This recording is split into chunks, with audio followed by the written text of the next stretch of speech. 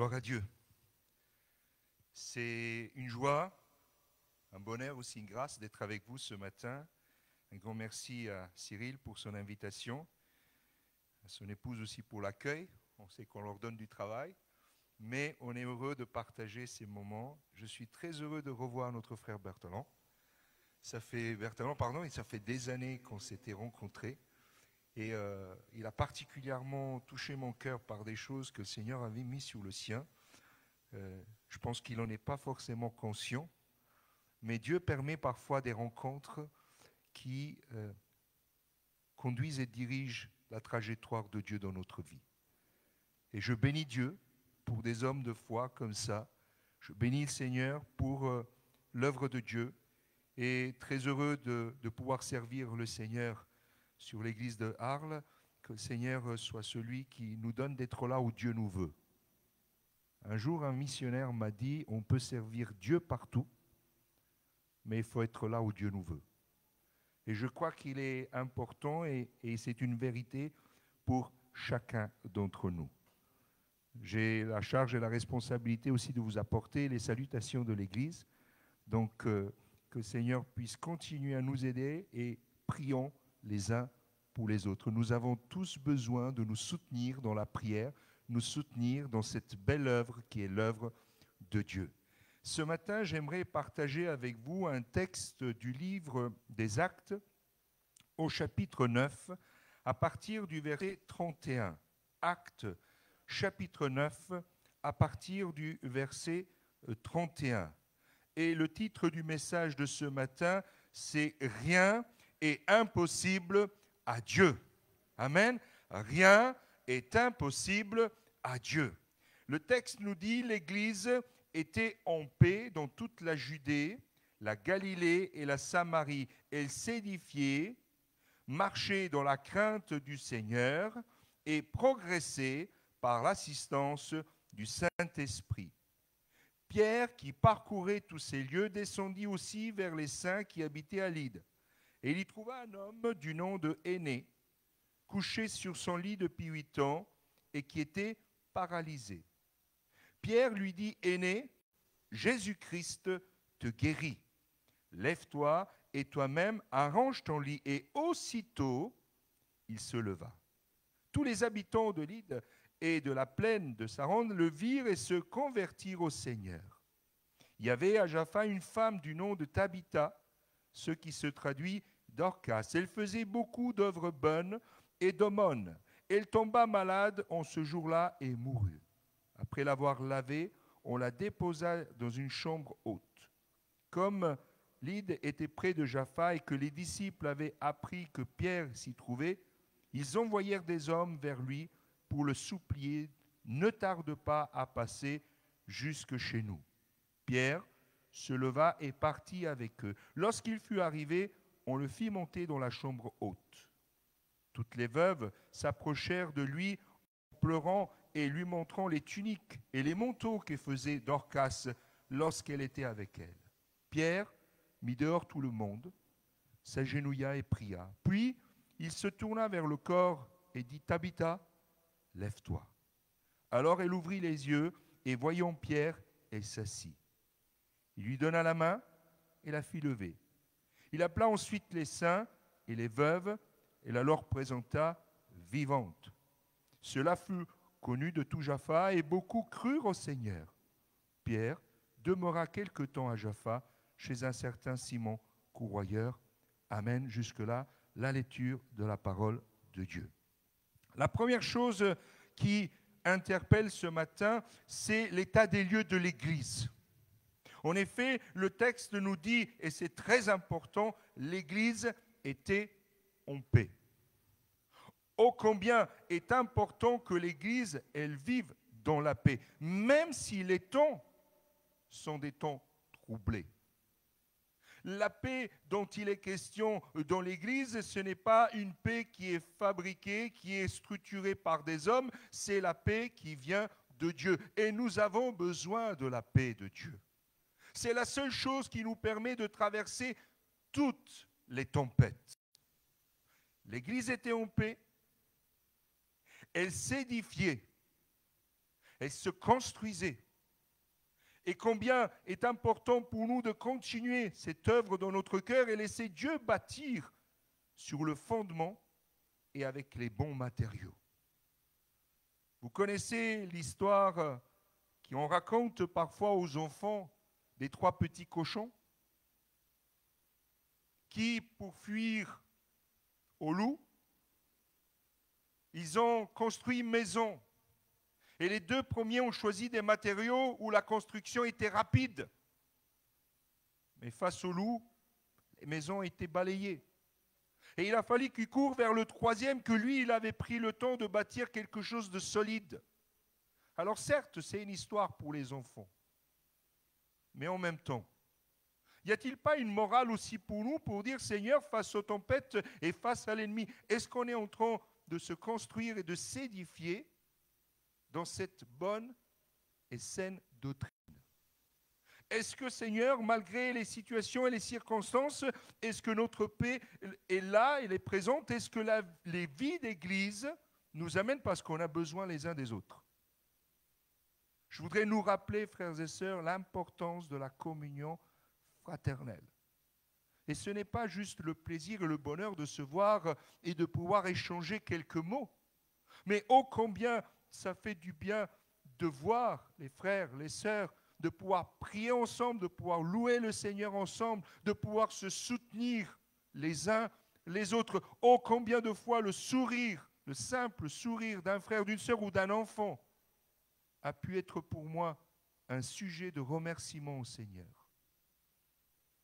Et combien est important de ne pas nous dégager de cette responsabilité qui est la nôtre, puisque il ne faut pas oublier que l'Église, elle progressait grâce à quoi? L'assistance du Saint-Esprit. Et combien nous désirons, nous, voir l'Église progresser? Est-ce que c'est notre désir? Mais est-ce qu'on y participe? Parce que certes, Dieu envoie la paix. Certes, le Saint-Esprit est à l'action et il agit. Mais nous avons une part qui est celui de nous laisser aussi bâtir sur le fondement qui est celui de Jésus-Christ. Alors l'Église, elle était, je dirais, dans des conditions optimales. C'est magnifique. Et là, il nous est question de Pierre qui parcourait tous ces lieux et descendit aussi vers les saints qui habitaient à Lyde. Pierre, cet apôtre au service de Dieu qui avait soin de l'Église. Et il est important que le berger ait soin de l'Église. Le jour où les bergers oublient la responsabilité qui est la leur, on est face à un échec. Parce qu'on revient à cette image de Jésus qui dit qu'il voyait les âmes comme des brebis sans berger, perdues, égarées. Et si la responsabilité du berger est de prendre soin des brebis, je voudrais rappeler aussi que la responsabilité des brebis que nous sommes tous est de prendre soin du berger. Et d'ailleurs, le berger agissait, Pierre parcourait tous ces lieux, mais l'Église, elle priait pour lui.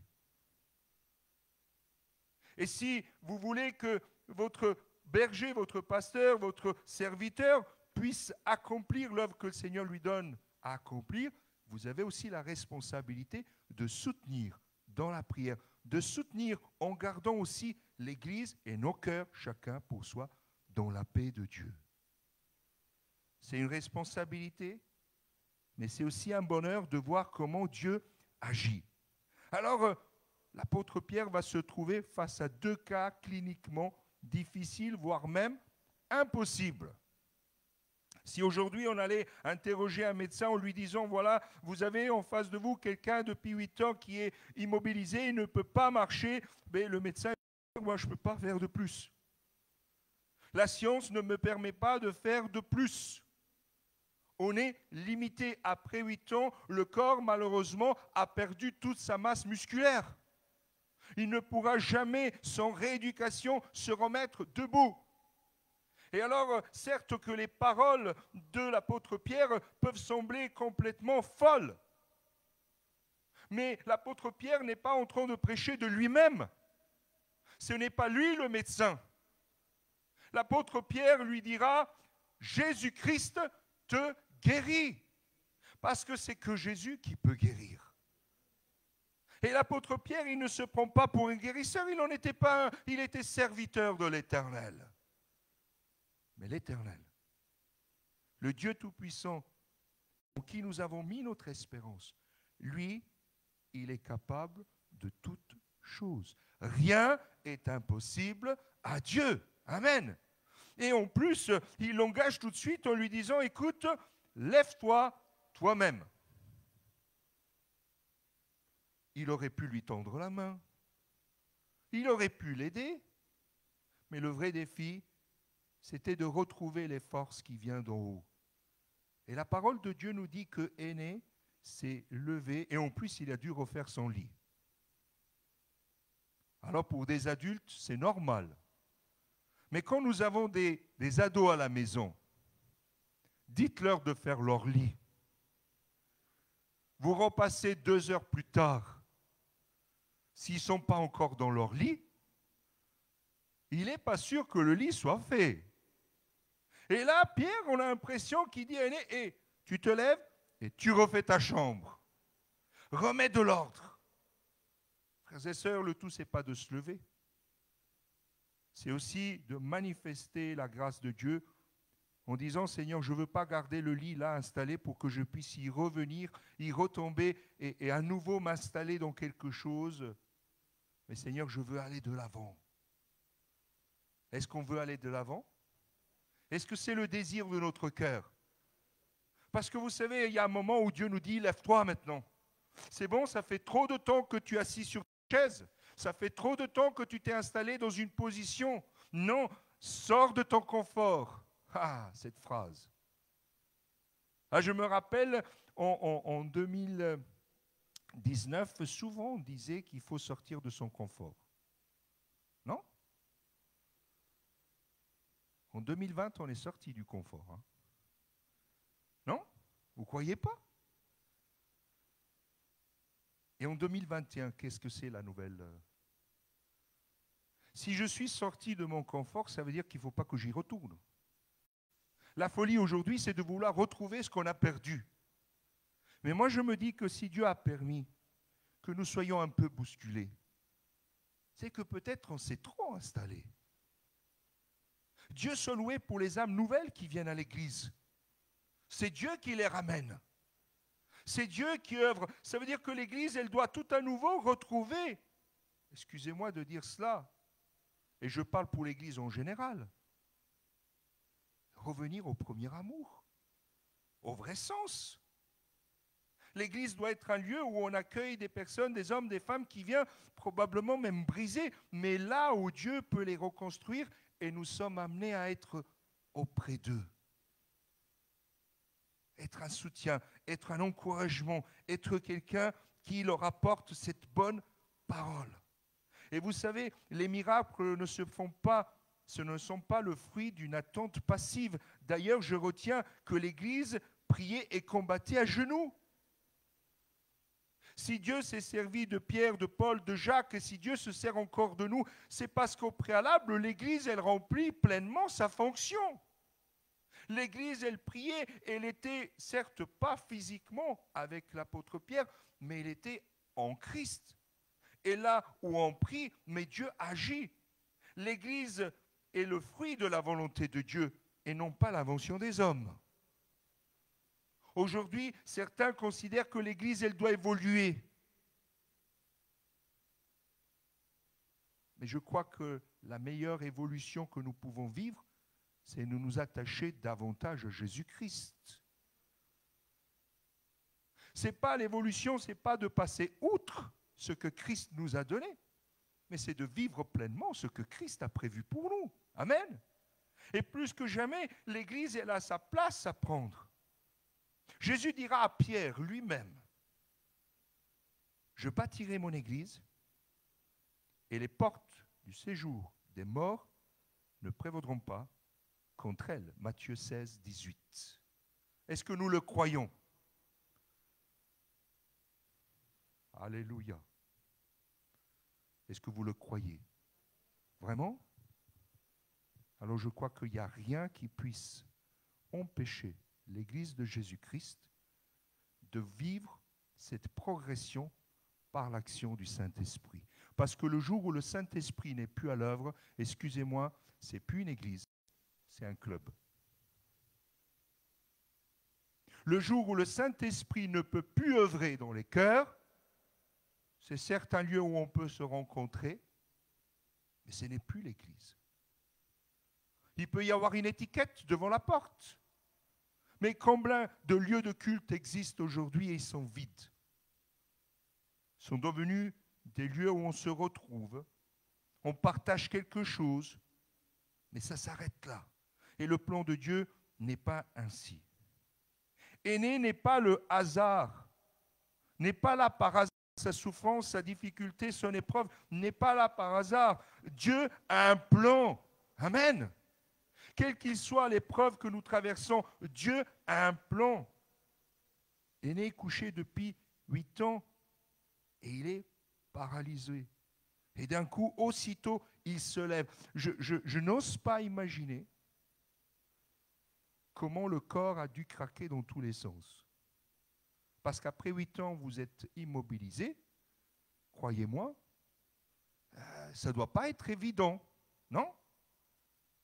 Et là, ça a dû être quelque chose de waouh, incroyable.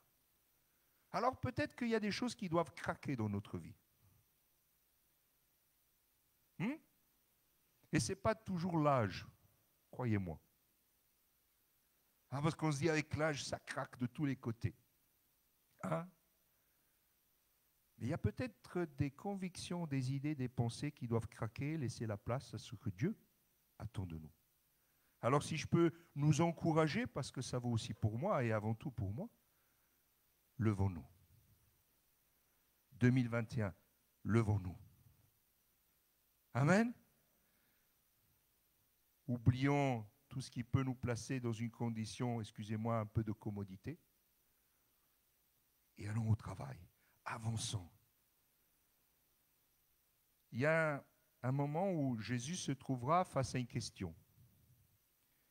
Jésus est là en train d'agir, d'œuvrer. Jean chapitre 9, versets 1 à 4. Et Jésus vit en passant un homme aveugle de naissance. Et ses disciples lui disent, « Rabbi, qui a péché, lui ou ses parents, pour qu'il soit né aveugle ?» Jésus répondit, « Ce n'est pas lui ou ses parents qui est péché, mais c'est afin que l'œuvre de Dieu soit manifestée en lui. » Alors ça, si ça concerne cet aveugle, si ça concerne la personne qui est dans la souffrance, on pourrait se dire, bon, on a la réponse pour lui. Mais Jésus ira plus loin parce qu'il y a une réponse aussi qui nous concerne. Il nous faut travailler tant qu'il faut jour aux œuvres de celui qui m'a envoyé. La nuit vient où personne ne peut travailler. Quelle est notre part dans l'œuvre du Seigneur? Quelle est votre part dans l'œuvre du Seigneur? Moi, je crois que le Seigneur est capable encore aujourd'hui de guérir. Et Dieu merci. Je crois que Dieu n'a pas de limite encore aujourd'hui pour guérir. Dieu peut œuvrer d'une manière qui nous dépasse. Il y a des années de cela, j'ai vécu quelque chose de particulier. Un frère m'appelait depuis l'île de la Réunion et me partageait que son petit-neveu devait venir se faire opérer en métropole. Il souffrait de cranite. En effet, il y avait dans la boîte crânienne une partie osseuse qui s'était créée, une excroissance osseuse qui faisait pression sur le cerveau et l'enfant à 8 ans n'était pas capable de marcher et ne pouvait pas parler. Et donc cet enfant devait venir en métropole, se faire opérer, il devait ouvrir la boîte crânienne, enlever cette partie osseuse et rétablir, reconstruire et après toute une rééducation qui aurait pris du temps. Et ce frère me disait, est-ce que vous pouvez les recevoir? Est-ce que vous pouvez les accompagner pendant cette période? Et tout à fait normal, nous sommes une famille en Jésus-Christ et on a engagé l'Église dans la prière. On a demandé aux frères et sœurs de prier. Et on était en temps de jeûne et prière et on a placé ce petit enfant Ismaël entre les mains du Seigneur en disant « Seigneur, il n'y a que toi qui peux faire un miracle ». Et le samedi, ils sont arrivés et le lundi, l'enfant rentrait à l'hôpital pour être opéré. Donc on a prié pour lui, mais l'Église ne l'avait pas vu. 15 jours plus tard, alors qu'on était au moment de la réunion, on avait à peu près à ce moment-là une cinquantaine d'enfants dans l'église. Et ils savaient qu'il ne fallait pas bouger de leur chaise tant qu'on ne leur disait pas c'est le moment de partir dans les clubs bibliques. Et là, ce dimanche, il y avait un enfant qui courait dans l'église. Il courait, on ne pouvait pas l'arrêter. Et les frères du service d'accueil me disent qu'est-ce qu'on fait? Je dis vous ne le touchez pas. Surtout, vous ne le touchez pas. Oui, mais les autres, je dis, vous inquiétez pas, ils vont comprendre. Laissez-le courir. Le frère qui dirigeait la louange, il me disait, j'ai été troublé ce matin. J'ai dit, c'est pas fini. Cet enfant, j'ai dit, c'est mon introduction au massage ce matin. Et je disais à l'église, vous avez prié pour Ismaël. Il ne pouvait pas marcher. Et ce matin, il court. Parce que rien n'est impossible à Dieu. Et il y a des années plus tard, j'ai eu l'occasion de partir à l'île de la Réunion et en décollant de Paris, je disais au Seigneur, qu'est-ce que j'aimerais bien revoir le petit Ismaël? Je ne sais pas. J'aimerais bien le rencontrer, le retrouver. Et le 10 août, qui était mon jour d'anniversaire, je n'avais rien dit à personne. J'étais dans une église pour prêcher et qui je vois arriver? Ismaël. J'ai dit, Seigneur, quel cadeau merveilleux. C'est vrai, je suis loin de mon épouse, de mes enfants, mais Seigneur, tu as entendu ma prière. Et vous savez, à distance de 8 ans, l'enfant, il est arrivé à l'entrée de l'église, il a parcouru toute l'église, il y avait 600 places assises, hein. Donc il y avait quelques centaines de mètres à courir, et il m'a sauté dans les bras. Et j'ai dit, Seigneur, quelle merveille de voir cet enfant encore, voilà, courir, parler, aller à l'école. Rien est impossible à Dieu. Mais l'Église priait. L'Église prie. Je crois qu'il y aura un moment où on n'aura plus besoin forcément de prier. Non? Pourquoi? Dites-le plus fort, ma sœur. Plus fort, ils ne vous ont pas entendu là-bas au fond. J'ai vu, ils ont essayé de... Alléluia! Mais pour l'instant, on n'y est pas. On est en chemin. Ça ne va pas tarder. Mais que se passerait-il si le Seigneur, au retour, ne voit pas son Église prier? Ça serait un mauvais indicateur. L'Église, elle prie. Et Dieu agit. Alors, si l'œuvre de Dieu doit s'accomplir, je crois aussi que le temps nous est de plus en plus court pour accomplir tout ce que le Seigneur a préparé d'avance pour nous, mais il sera aussi nous aider. Alors pendant qu'il y a ce miracle, on vient appeler Pierre, parce que vrai, déjà ce n'était pas évident, quelqu'un depuis 8 ans, mais là c'est encore pire. Il nous est dit qu'il y a une femme nommée Tabitha, qu'on traduit Dorcas, elle faisait beaucoup de bonnes œuvres, de bonnes mains, elle tombait malade et ce jour-là elle mourut. Et là, encore une fois, l'Église envoie des hommes pour aller chercher Pierre. Ne tarde pas à venir. Alors cette histoire m'a beaucoup interpellé parce que je me dis, c'est vrai, combien de fois on peut être engagé dans plein d'activités et après d'un coup, la personne n'est plus là, on a l'impression que les activités s'arrêtent. Mais ce n'est pas tellement les activités, même si je me dis le danger aujourd'hui pour l'Église de Jésus-Christ, c'est de tomber dans l'activisme et d'oublier que le premier sens de l'Église, c'est la prière. Notre action et l'appel que Dieu nous a donné est un appel spirituel. Les bonnes œuvres, elles sont bonnes et il faut les accomplir. Mais il ne faut pas négliger l'essentiel. Parce que quand il n'y a plus la prière, ben, qu'est-ce qui nous reste ? Il y a aujourd'hui des œuvres chrétiennes qui sont nées avec des fondements spirituels très forts, où à la base c'était l'évangile et la soupe. Aujourd'hui, il n'y a que la soupe. Et encore. Et encore. Ils ont perdu leurs racines. L'Église est active. Les disciples avaient appris que Pierre il s'y trouvait, ils sont allés le chercher. Et il nous dit le texte que son corps a été lavé, préparé, installé dans la chambre haute. Et ce qui m'a interpellé, c'est l'attitude de Pierre. Je me suis demandé pourquoi Pierre, il arrive sur place, il voit la situation, on lui présente toutes les œuvres que cette femme, elle faisait, et d'un coup, Pierre, il vire tout le monde.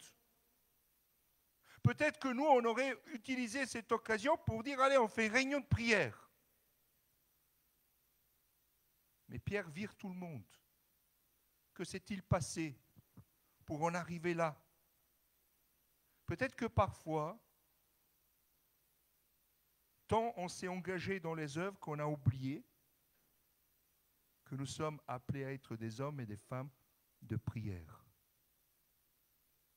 Et si Pierre il est obligé de faire sortir tout le monde, c'est parce que les gens ils étaient tellement attachés aux œuvres, ils avaient oublié quel était le sens premier de la chambre haute. Avez-vous une chambre haute chez vous? Elle peut être même au sous-sol. Hein. Ce n'est pas un souci. Ce n'est pas un problème. Est-ce que vous avez votre chambre haute? Ça peut être votre chambre à coucher. Fermez la porte, dit la parole de Dieu, non? Ah, c'est vrai, il n'y a plus de serrure. On est tellement pris par tout ce qui nous suit. C'est vrai, on disait encore ce matin, c'est bien la technologie, mais qu'est-ce qu'elle nous encombre? Non? Essayez de vous mettre à prier, vous avez tout de suite le téléphone qui vous envoie un message. Et moi, je crois que Dieu n'a pas besoin du téléphone pour m'appeler. Non? Donc, je peux mettre de côté parce que j'ai besoin d'entendre ce que Dieu a à me dire. C'est bien tout ce qui peut nous être donné comme message, comme interpellation, comme verset de la journée. Moi, j'appelle ça des MMS spirituels. Je vois que notre sœur a le sac qui va avec. Les MMS. Hein?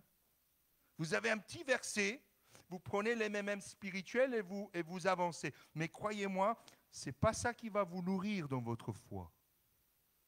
On a besoin de prendre du temps, de se placer devant Dieu, lire la parole de Dieu et dire, Seigneur, enseigne-moi.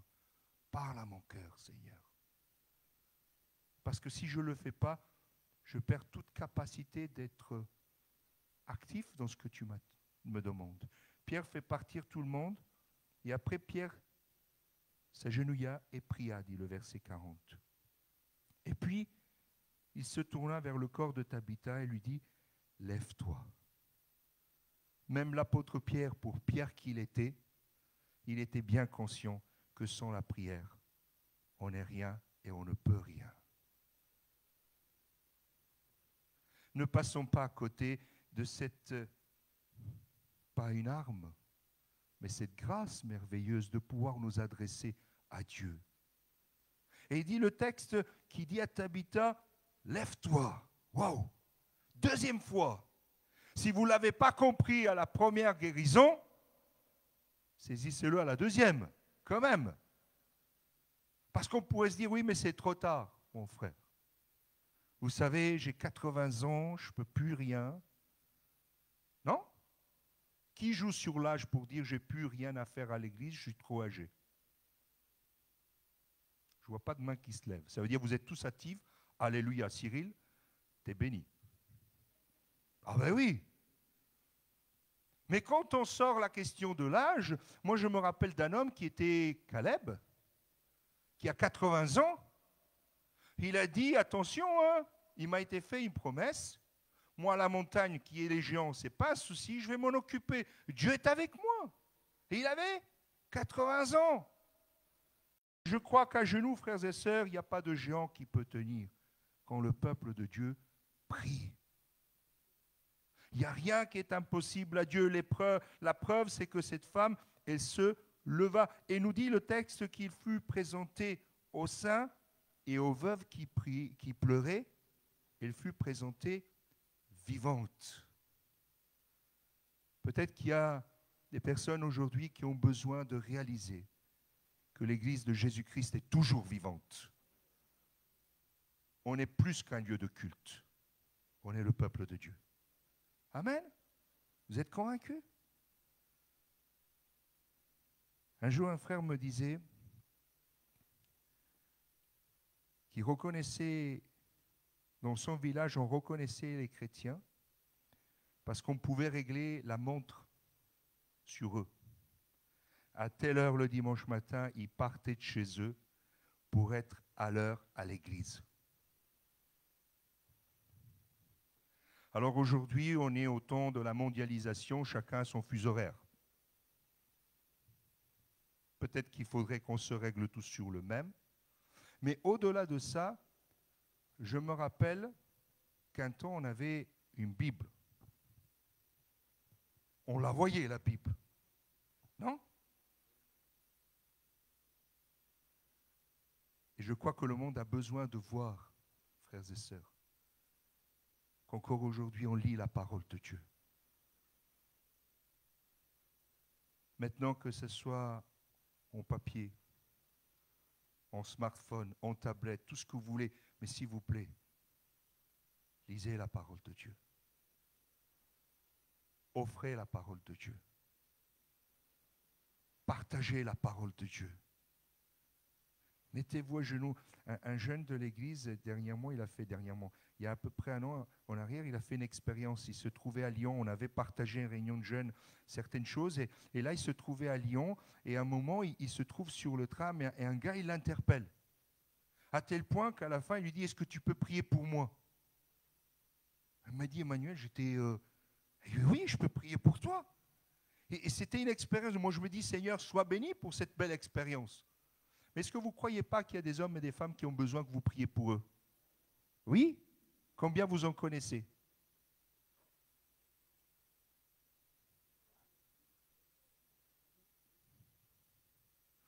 Alors, je vais vous rappeler une phrase qu'il a dit un jour à un frère. Il disait, avec tout ce que j'ai à faire aujourd'hui, il n'était pas dans l'air du temps. Hein. Il disait, il se levait à 4h30 pour prier. Pourquoi? Parce qu'il disait, avec tout ce que j'ai à faire aujourd'hui, je dois au moins passer 3 heures à prier. Et nous, parfois, on dit, avec tout ce que j'ai à faire aujourd'hui, je n'ai pas le temps de prier. Mais la réalité, c'est que quand l'Église, elle prie, c'est Dieu qui intervient.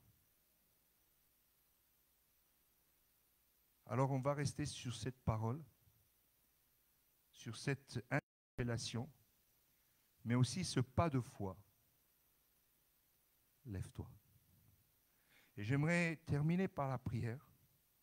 Et peut-être ce matin, on peut, si votre pasteur me le permet, tout simplement, pour ceux qui le peuvent, pour ceux qui le souhaitent, on peut peut-être de cœur, déjà, se dire, Seigneur, je veux me lever pour toi. Seigneur, je ne veux plus que la chambre haute de ma vie soit une chambre mortuaire, soit le lieu où on fait les œuvres. Seigneur, je veux que ça redevienne le lieu où je prie. Seigneur, les miracles, ce n'est pas que pour le temps de Pierre, de Paul, de Jacques. Les miracles, c'est encore pour aujourd'hui, Seigneur. Les besoins sont encore là aujourd'hui. Seigneur, je ne veux pas passer à côté de ce que tu attends de moi. Si, Seigneur, aujourd'hui, il devait y avoir quelque chose, je ne veux pas être sorti de la chambre haute. Mais Seigneur, ma place, elle est là. Seigneur, je veux revenir à la chambre haute.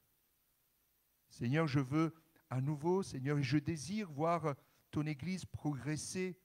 Et si à un moment ou à un autre, je n'ai pas été capable d'être un ouvrier de paix, Seigneur, donne-moi la force de le devenir. Seigneur, permets que ton Église, elle progresse par l'œuvre et l'action du Saint-Esprit. Peut-être ce matin, quelqu'un aurait besoin dans son cœur de dire, Seigneur, moi je veux me lever pour toi. Je veux tout à nouveau, Seigneur, me consacrer à la prière. Alors vous pouvez le faire dans votre cœur, mais vous pouvez aussi le faire physiquement. Sentez-vous libre. Et je demande à chacun de respecter ce moment, si vous le désirez. C'est votre engagement avec Dieu. C'est votre engagement personnel avec Dieu. Si vous vous levez, ce n'est pas pour le pasteur. Ce n'est pas pour le conseil d'administration. C'est pour Dieu. C'est pour l'église dans laquelle Dieu vous a placé. C'est pour la ville dans laquelle vous habitez. C'est pour le quartier. C'est pour votre famille. Parce qu'elle a besoin de vous voir là, à genoux, prier. Peut-être que vos petits-enfants ont besoin de vous voir prier pour eux, pour que finalement, ils s'approchent de Dieu. Vos enfants, votre conjoint, il a besoin d'entendre que vous priez pour lui, parce qu'il a besoin du Seigneur. Seigneur, nous voulons ce matin encore te dire, aide-nous, Seigneur, à nous tenir debout. Seigneur, face aux tempêtes, face aux difficultés, face aussi parfois aux cas cliniquement impossibles, Seigneur, ce n'est pas sur notre regard humain que nous voulons compter, mais c'est sur la foi en Jésus-Christ.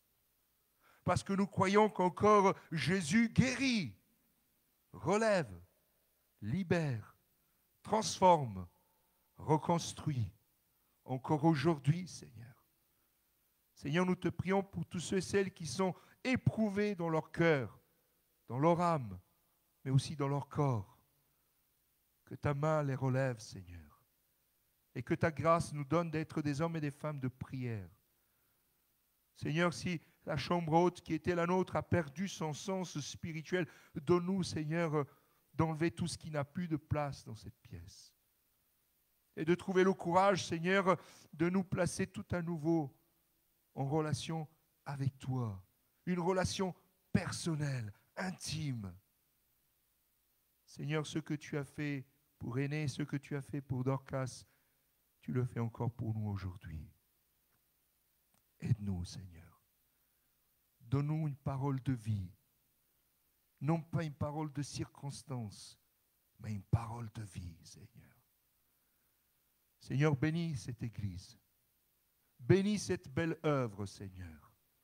Bénis, Seigneur, le pasteur que tu as placé, les pasteurs qui sont là, l'équipe pastorale. Bénis, Seigneur, chacun dans son service, Seigneur, pour que cette Église puisse être, Seigneur, une Église qui avance et qui vit dans la paix. Seigneur, une Église dans laquelle le Saint-Esprit agit et œuvre. Seigneur, une Église qui répand le parfum de Christ et où tous ceux qui sont à la recherche de Christ franchissent la porte et disent, c'est ici la maison de l'Éternel. Non pas un lieu, mais Seigneur, un état de cœur et une réalité enracinée dans ta parole. Béni sois-tu encore, Seigneur, pour ta miséricorde et que ta parole puisse s'inscrire dans nos cœurs. À toi honneur et gloire. Au nom de Jésus-Christ, nous te prions. Amen.